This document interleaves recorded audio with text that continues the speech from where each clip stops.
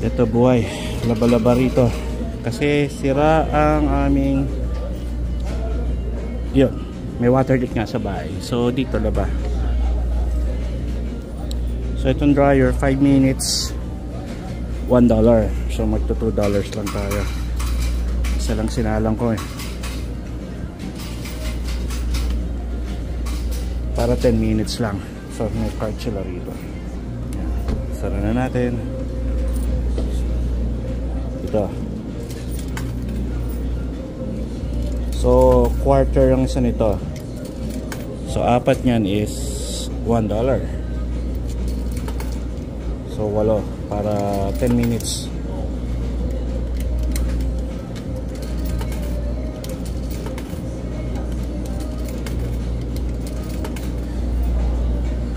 Okay. Tapos paano na to? Yan na, start na siya. 45 minutes? Sabi niya ano? 45 minutes sobra yata. Mali yung sabi niya sa akin. Ito naman yung laba kanina. Itong malaki load 5 minutes $5. Yan.